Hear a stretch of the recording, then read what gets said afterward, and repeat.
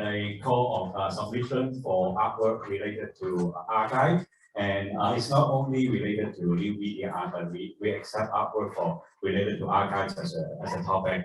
And so we formed an international jury for the work and shortlisted the selected artworks for this exhibition. And it is an online exhibition, so you guys could go into the webpage and have a browse the exhibition. Thank you very much. So thank you very much as well. So first speaker will be Lawrence Bird from University of Girona.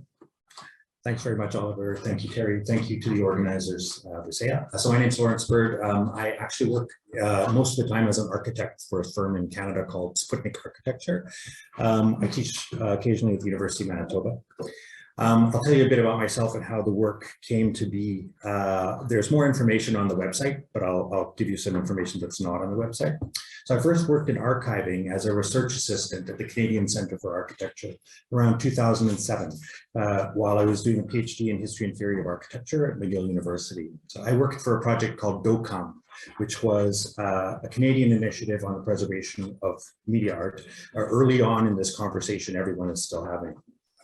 Our part of this at the CCA was the preservation of work of digital architecture, The Embryological House, which is by Grandlin, who was cutting edge in digital architecture in the late 1990s. Working in preservation, though, I became interested in how implicit in the problem of remembering always seemed to be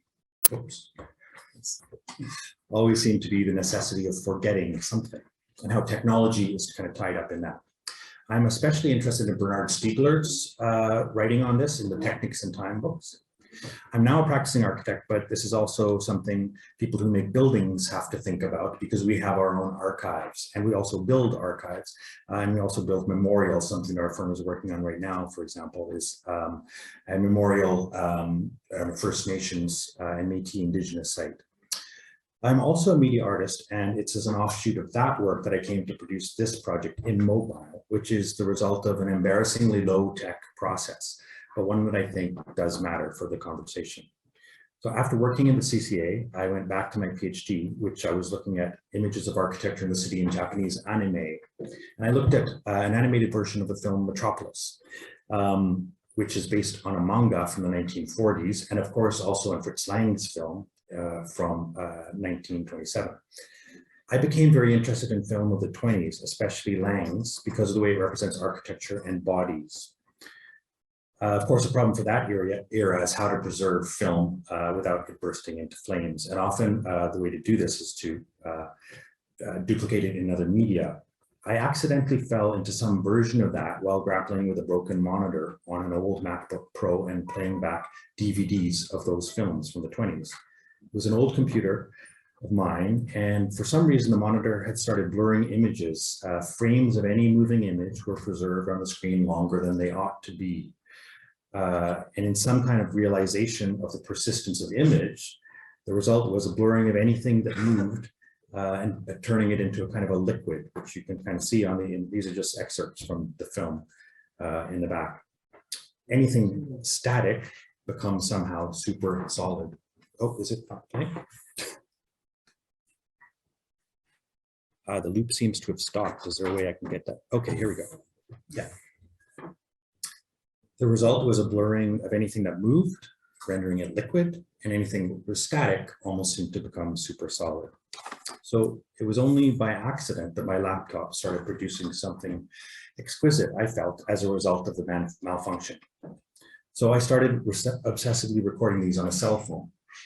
And I tried out different films to see how they would appear on the broken screen. I naturally gravitated toward Lang's because they so strikingly juxtapose the human body and its architectural frame, especially Lang's M.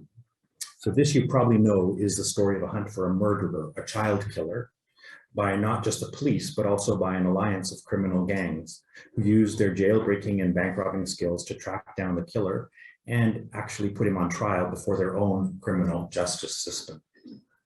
So at some level, the story is about a complicity between the law and its violation, authority and criminality. which seen in the context of Germany in the 1930s has specific overtones. This film is from 1931, a thesis from Sigurd Krakauer, from Caligari to Hitler.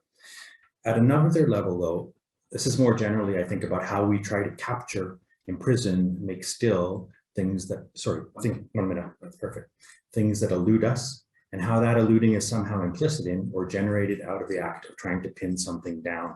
And this resonates with Bernard Stiegler's ideas, which he sort of sums up in the phrase, the straight line generates the bent.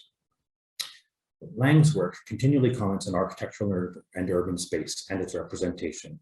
He also frequently presents us with catalogs of archives of objects and people. Filing cabinets, storage rooms, banks, prisons, maps, measuring devices, an index of index fingerprints, streets and taverns which imprison us, and which Walter Benjamin, you will remember, exhorted us to break down through the dynamite of the 10th of a second. Prisons and archives all fail to save us. Remembering always implies some degree of forgetting. Salvation requires that something be sacrificed. Perhaps, rather than preservation, the most we can hope for is some kind of salvage. Thanks very much.